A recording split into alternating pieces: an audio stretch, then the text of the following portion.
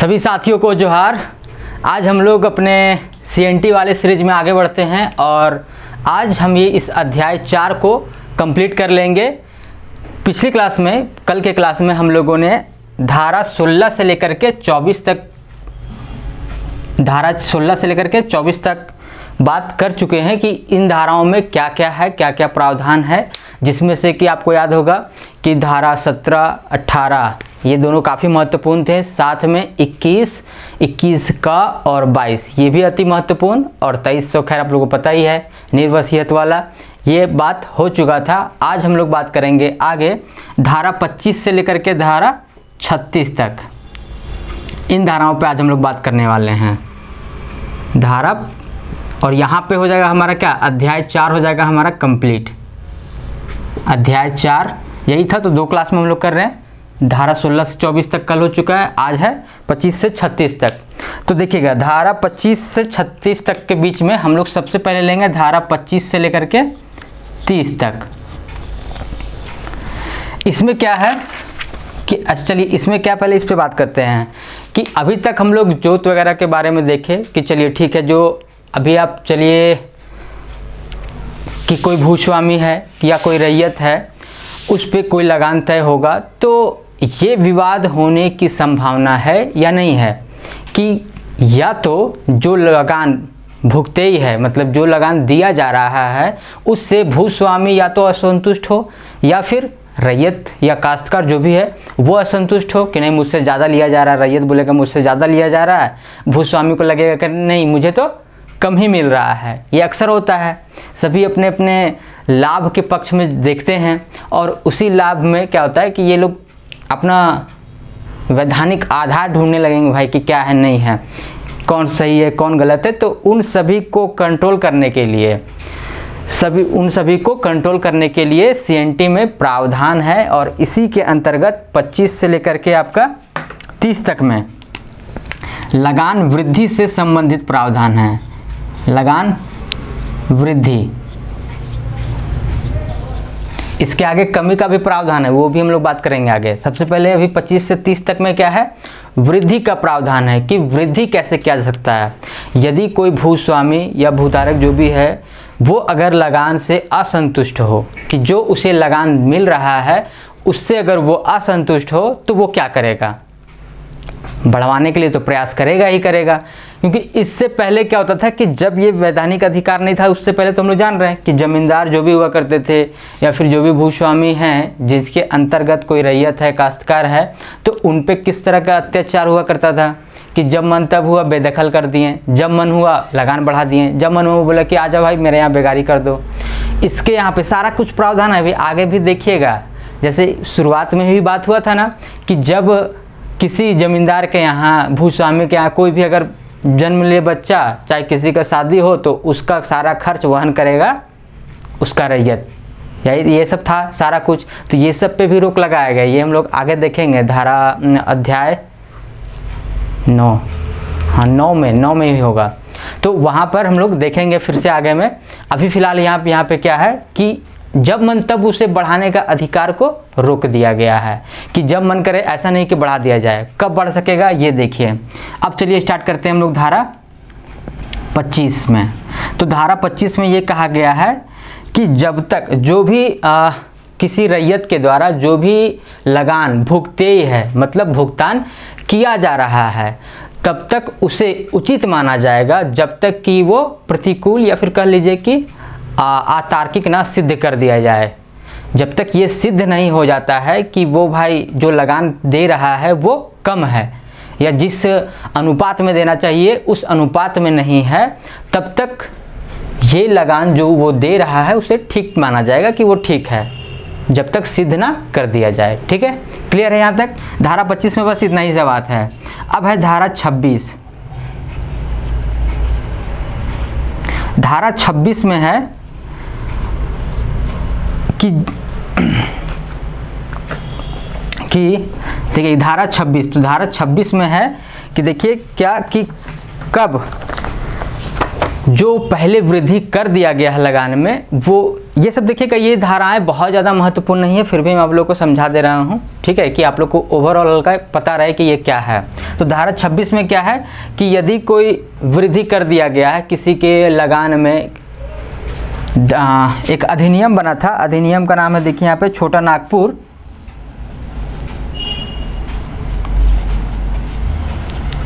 भूस्वामी एवं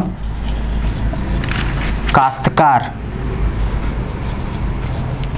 अधिनियम, सॉरी प्रक्रिया अधिनियम है, प्रक्रिया अधिनियम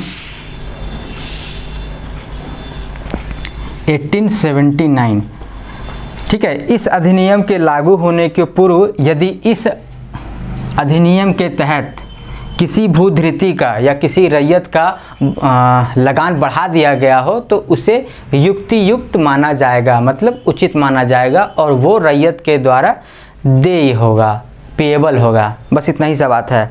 धारा देखिएगा, धारा 27 में क्या है, धारा 27 में उन रीतियों के बारे में चर्चा की गई है, उन रीतियों के बारे में चर्चा की गई है जिसके माध्यम से रैयत का लगान बढ़ाया जा सकता है। तो इसमें ये बातें, ये सभी धाराओं में ये प्रमुखता से याद रखिएगा कि जब भी किसी का लगान बढ़ाया जाएगा तो वो भूस्वामी खुद से नहीं बढ़ा सकता, ये याद रखिएगा। वो पावर को सीमित कर दिया गया है, क्योंकि अगर खुद से ही पावर दे दिया जाता तो फिर इस अधिनियम के आने के बाद जो रैयत हैं, कृषक हैं, उनकी स्थिति में क्या बदलाव होता।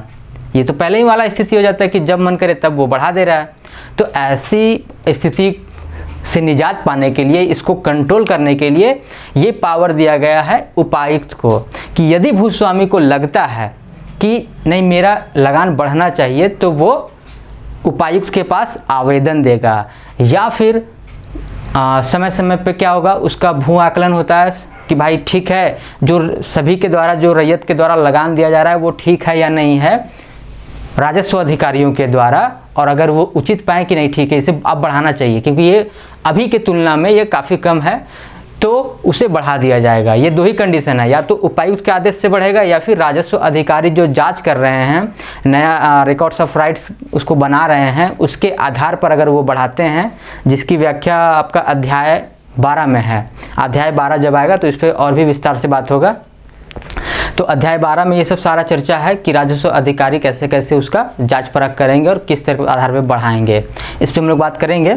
तो अभी फिलहाल ये दिया कि इस पर रीति बताया गया कि किस प्रकार से वो बढ़ाया जा सकता है। तो इसमें वही बात है कि वही उपायुक्त के आदेश से या फिर राजस्व अधिकारी जो हैं अध्याय 12 के अधीन रहते हुए जो अधिकार दिए गए हैं उसके सापेक्ष में यदि वो पाएंगे कि हाँ इसे बढ़ाना युक्तियुक्त होगा तो बढ़ाया जाएगा। इस रीति के बारे में फिर यहाँ पर चर्चा की गई है।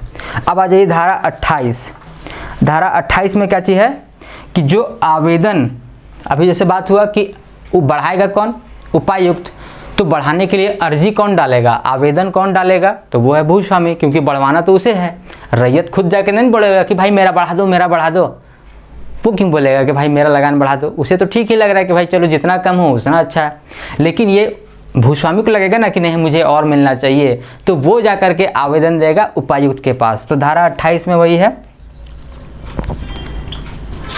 धारा 28 की धारा 28 में जो आवेदन होगा, आवेदन जो दिया जाएगा भूस्वामी के द्वारा, जो भी आवेदक है वो भूस्वामी के द्वारा, उसका विषय वस्तु कि उस पर क्या क्या लिखा रहेगा उसके बारे में चर्चा किया गया है कि हाँ भैया वो क्या करेगा, भूस्वामी मतलब भूमि का जोत बताएगा कि इतना जोत है, यहाँ स्थित है, इतना मुझे इतना मुझे पे हो रहा है वर्तमान में, जो लगान दर अभी से जो पे कर रहा है वो उसकी चर्चा करेगा, वो कितना चाहता है इसकी चर्चा करेगा। ये सब उसकी आवेदन में अंतर्विष्ट रहेगा विषय वस्तु। अब आ जाइए धारा 29। धारा 29 इन सभी धाराओं में सबसे महत्वपूर्ण है, क्योंकि जो बढ़ाने का अधिकार दिया गया है वो 29 के आधार पर ही दिया गया है कि इसमें वही बोला गया है कि आवेदन जब मिलेगा तो उसकी आगे की प्रक्रिया क्या होगी। तो उसकी आगे की प्रक्रिया यही होगी कि उपायुक्त के पास जब आवेदन दिया जाएगा तो आवेदन वो क्या करेगा, जैसे उपायुक्त को मिला वो भेज देगा रैयत को कि हाँ भाई आपके लिए आपका जो जोत है वो इस हिसाब से बढ़ाने का डिमांड किया जा रहा है भूस्वामी के द्वारा। तो वो उपायुक्त का कार्य रहेगा कि उसे सूचना दे, उसके बाद फिर वहाँ पर उचित जो भी वो जांच उचित समझे वो जांच करवाए, और उसके बाद उसे लगे कि नहीं ये बढ़ाना चाहिए तो वो धारा 19 के अंतर्गत इसके अधीन रहते हुए वो लगान को बढ़ा सकता है। ये बातें हैं धारा 29 में। और लास्ट जो है धारा 30, इसमें क्या कहा गया है? इसमें सिंपल सा बात ये है कि जो भी वृद्धि होगा यदि उपायुक्त उचित समझे तो वो इसे एक बार में ना बढ़ा करके इसे 5 वर्षों तक के 5 वर्षों के अधिकतम अवधि तक, मतलब होता है कि भाई चलो एक बार में 100% ना बढ़ा दें कि जैसे ठीक है अभी 100 रुपया दे रहे थे तो उसको अगर 200 करना है, ठीक है डबल करना है, तो एक ही बार में नहीं कर देना है। उपायुक्त अगर चाहे, जैसे रैयत बोले कि नहीं मालिक कहाँ से इतना अचानक से भर पाएंगे, ये वो थोड़ा धीरे धीरे करके लौट दीजिए, तो वो सोपान वक्त लागू कर सकता है। इसका मतलब ये हो गया कि जैसे मान के चलिए 5 साल के कम अवधि में इसे करना है कि 200 रुपया पहुँचाना है, तो 5 साल के कम अवधि तक में उसे पूरा करवा देना है। तो जैसे मान के चलिए 100 रुपया था, तो अगला साल बोलेगा कि ठीक है चलो अगले साल तुम 140 देना, फिर उसके अगले साल 170, फिर 190, फिर 200, मतलब पहले साल 40%, फिर 30%, फिर 20% और फिर 10%, तो हो गया 100%। बढ़ाना तो है ही था इतना ही। तो इस रेशियो में ऐसे वो सोपानवत बढ़ा सकता है यदि उपायुक्त को ये उचित लगे तो, अगर उसे महसूस हो तो ये कर सकता है। ये धारा 30 में ये बात है। तो धारा जो भी लगान वृद्धि का प्रावधान है वो यही 25 से लेकर के 30 तक में है। इसके बाद भी हम लोग बात करेंगे कि अतिरिक्त अगर भूधृति है तो वो लगान वृद्धि का प्रावधान है 31 से 33 तक में, हम लोग उसको देखेंगे अभी। तो चलिए ये अभी आपको क्लियर हो गया कि धारा 25 में क्या था कि युक्त जब तक ये प्रतिकूल साबित ना कर दिया जाए कि जो लगान दिया जा रहा है वो उचित नहीं है तब तक उसे उचित माना जाएगा। सिंपल सी बात यही है। 26 में क्या है कि यदि इस अधिनियम के तहत छोटा नागपुर भूस्वामी एवं काश्तकार प्रक्रिया अधिनियम 1879 अगर इसके अधीन कोई वृद्धि कर दिया गया है तो उसे उचित माना जाएगा, उस पर ऑब्जेक्शन नहीं होगा। धारा 27 में क्या था, रीति बताया गया था कि किस प्रकार से वो वृद्धि हो सकता है। 28 में आवेदन और उसकी विषय वस्तु क्या है नहीं है। 29 में था कि बढ़ाने का जो शक्ति है, उपायुक्त को जो शक्ति है कि लगान को वो बढ़ा सकता है, वो धारा 29 में ही अंतर्निहित है। धारा 30 में है कि वो जो लगान वृद्धि होगा उसको वो सोपान वक्त लागू कर सकता है, जैसे कि मान लीजिए 40%, 30%, फिर उसके अगले साल 20 और फिर उसके अगले साल 10%, तो कुल मिलाकर के हो जाएगा जो भी वृद्धि करना था।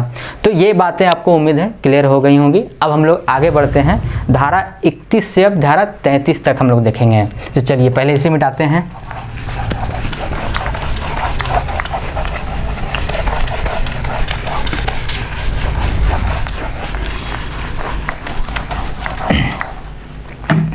तो चलिए अब आगे आते हैं धारा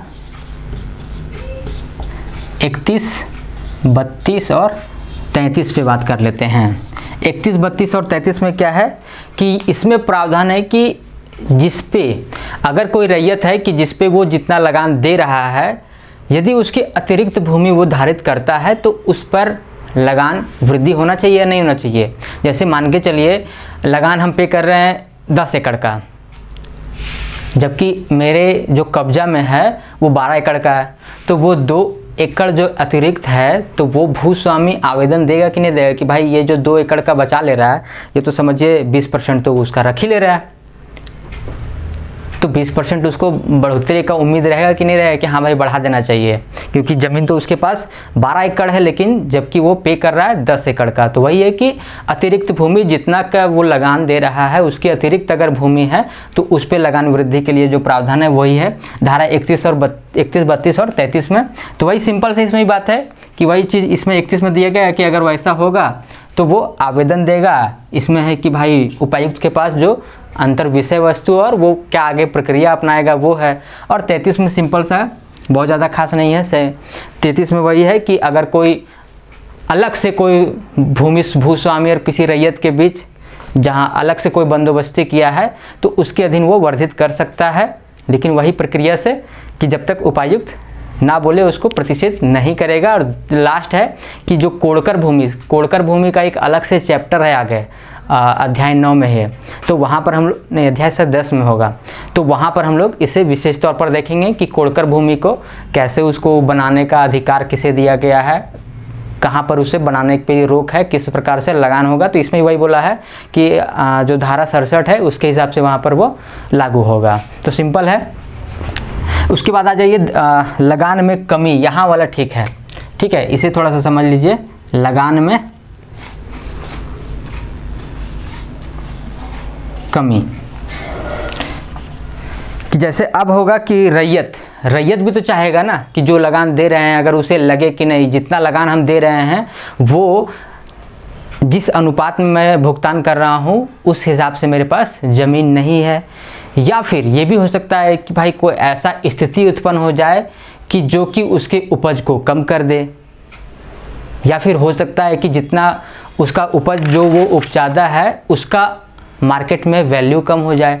तो इन सब स्थितियों में होगा ना कि भाई वो आवेदन तो ज़रूर देगा कि भैया पहले ठीक है, पहले इसका रेट 100 रुपये था तो हम इतना देने में सक्षम थे, अब इसका रेट गिर करके 30 रुपये हो गया है, तो अब उतना ही हम लगान का भुगतान कैसे करें। तो इसलिए मेरी जो लगान की दर है वो कम कर दी जाए, आवेदन दे सकता है। तो उसके लिए प्रावधान है, प्रावधान किया गया 33 का में 34, 35, ये 3 धारा है, 33 का, 34 और 35। तो 33 का में दिया गया है कि देखिए 33 का में क्या है कि इस धारा में उन आधारों को विश्लेषित किया गया जिस पे कि कम होगा, जैसे कि 2-3 आधार अभी बात हुआ था। इस पर एक अच्छी कि जोत का लगान, पहला इसमें कंडीशन दिया है कि जोत का लगान, जो उसका भूमि है उसका लगान यदि 1 जनवरी धारा 29 के तहत, जैसे अभी बढ़ाने का अधिकार हम लोग देखे थे ना कि उपायुक्त को लगान बढ़ाने का अधिकार कितना है, तो धारा 29 के अधीन रहते हुए कि धारा 29 में उसका प्रावधान है कि उपायुक्त लगान की वृद्धि कर सकता है। तो ये चीज़ वहीं पे बोला गया है कि यदि जोत का लगान 1 जनवरी 1911 से 31 दिसंबर 1936, कितना 1 जनवरी 1911 से 31 दिसंबर 1936 के बीच यदि उसका लगान धारा 29 के तहत बढ़ा दिया गया है तो वो आवेदन कर सकता है कि नहीं भैया जो बढ़ा दिए वो अतार्किक है, इसे कम कर दिया जाए। उसके बाद दूसरा आधार जो दिया हुआ है कि जोत का लगान धारा 61 के अधीन, वही डेट यही है कि इसके बीच में अगर बढ़ा दिया गया हो, सारांशित कर दिया गया हो तो भी वो आवेदन दे सकता है। तीसरा क्या है, तीसरा कि यदि पूरी जोत में जो मिट्टी है वो उस पर बालू का ढेर हो जाए या फिर वो बलुआही टाइप का हो जाए, नहीं बोले कि भाई मिट्टी का उपज मिट्टी वहाँ पे मान के चलिए अनुर्वर हो गया है, बलुआही मिट्टी हो गया है, तो जो उपज होना चाहिए वो तो होगा नहीं। तो जो जितना उपज हो नहीं पाएगा, जैसे मान के चलिए पहले 100 क्विंटल उपजाते थे, अब उपजा रहे हैं भाई 40 क्विंटल, तो उस हिसाब से रैयत लगान पे तो नहीं कर पाएगा ना कि पहले भाई 100 क्विंटल उपजाते थे तो उसमें बोल रहे थे भाई चलो 25% दे दो, तो दे दिए भाई 25 क्विंटल, 100 क्विंटल में 25 क्विंटल दे दिए।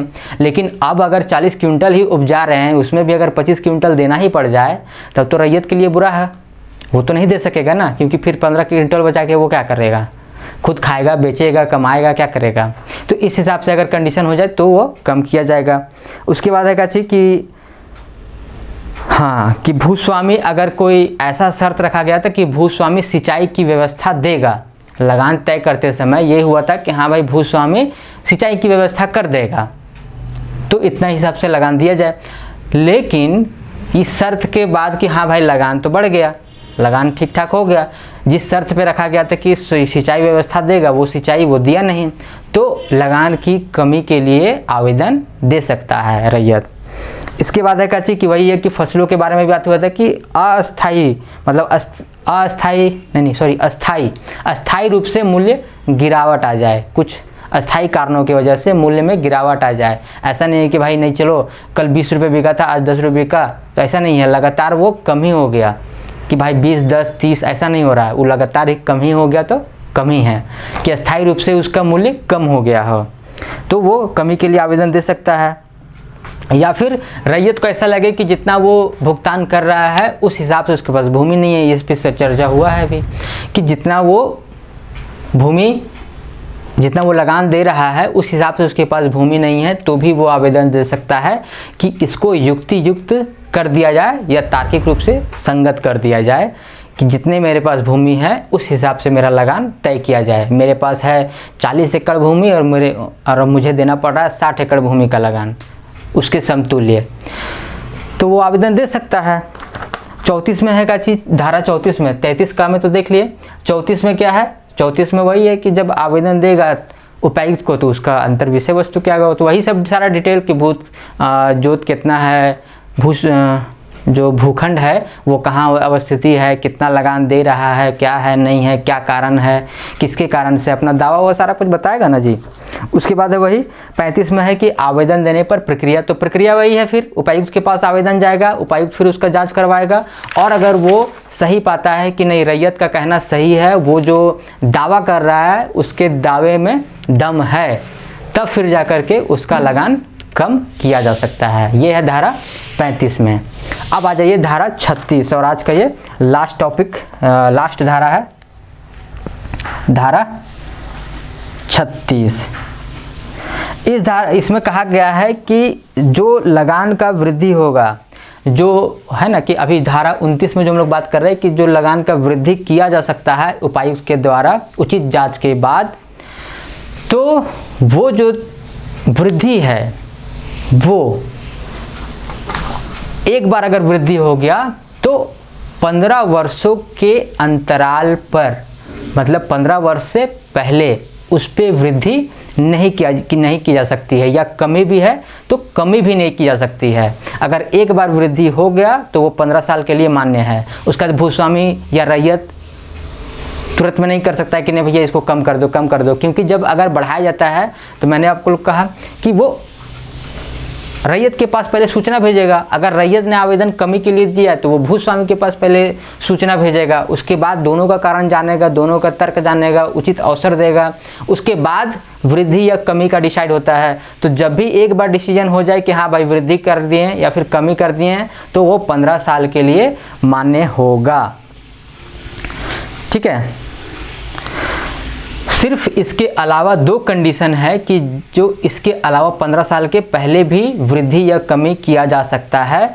वो क्या है कि यदि जो तय हुआ है वृद्धि या कमी जो भी तय हुआ है उसके बाद अगर भूस्वामी वहाँ पर भू उन्नति के लिए कि भाई वहाँ पर कृषि कार्य अच्छा से हो, मिट्टी के अच्छाई के लिए कि अच्छा उपज हो, उर्वरता बढ़ाने के लिए या फिर सिंचाई व्यवस्था का अतिरिक्त व्यवस्था कर दे, तो वो आवेदन दे सकता है और आवेदन देगा तो उपायुक्त फिर बढ़ा सकता है 15 वर्ष के पहले भी, यदि भूस्वामी ने अगर सिंचाई व्यवस्था वगैरह या भू उन्नति के लिए कुछ कार्य किया है तो, या फिर राजस्व जो डिपार्टमेंट होगा राजस्व अधिकारी उसका आकलन करेंगे, उसके बाद उसके अगर अनुशंसा हो जाए तो, कि अनुशंसा पर, या फिर कमी भी होने का ये कारण है कि जो 33 का में बताया गया जो आधार है कि अगर मिट्टी ही खराब हो जाए, सिंचाई जो व्यवस्था बोला गया था वो ना कर पाए, या फिर अस्थायी रूप से मूल्य में गिरावट आ जाए, या फिर